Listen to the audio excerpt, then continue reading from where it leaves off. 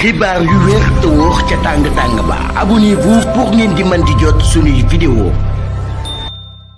dal leen ak jàmm seen chaîne bi di Buzz 221 HD kii di Babacar Ba di ak personnalité publique bu kenn dootu présenté ci réew mi di Sénégal di njiitalu kuréel bi ñu dippee From Justiciable ci journée bi nga xam ne moom lañ jagleeloon victime yi nga xam ne moom la waa régime président Macky Sall tooñoon tëj leen ñi nga xam ne dañ leen a daal di boom ak ñoo xam ne dañ leen a torturé bañ jaaree foofee daal di nekk ay wëy laago ginnaaw bañ daan amal journée boobee te kii di Maimouna Dièye di ministre de la famille et des solidarités yëkkati woon ay kàddu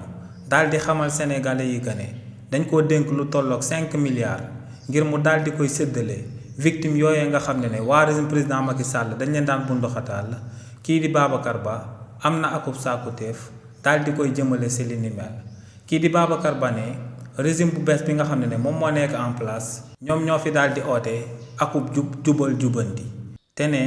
kii di Maimouna Dièye di ministre de la famille et des solidarités ginnaaw ba mu daan wax di àddu jëmale ko ci 5 milliards yooyee si nu nga ko war a séddalee ne bëri na woon ay lënc-lënc bëri na woon lool loo xam ne leerul ci xelu sénégalais yi ndax ne kookee waxoon na ne am na xaalis boo xam ne dañ ko waroon a jagleel ñeneen ñu daal di nekk ci yeneen situation te ne xaalis boobee da ko jëloon daal di koy jébbal victime yi nee nag ngir mbir moomee daal di leer te régime bi ñoom ñoo daal di oote akub jubal jubanti ne moo ngi daal di sàkku ci autorités yu bees yu daal di nekk ci bopp réew mi ngir ñooñee ñu daal di amal ay audit daal di koy jëmale ci 5 milliards yi nga xam ne moom lañ jébbal kookee di Maimouna Dièye ñu daal di koy saytu ba mu leer bu ko defee li ni mel daal di leer ci boppu Sénégalais yi waaye ne buñ bàyyee mbir moomee daal di koy nëppal nañ daal di xam que ne Sénégalais yi dinañ daal di am akub dut jëmale ko ci 5 milliards yooyee kii di Maimouna Dièye ñu jël ko daal di ko koy dénk ndax ne kookee ba muy amal discours am lam fa doon wax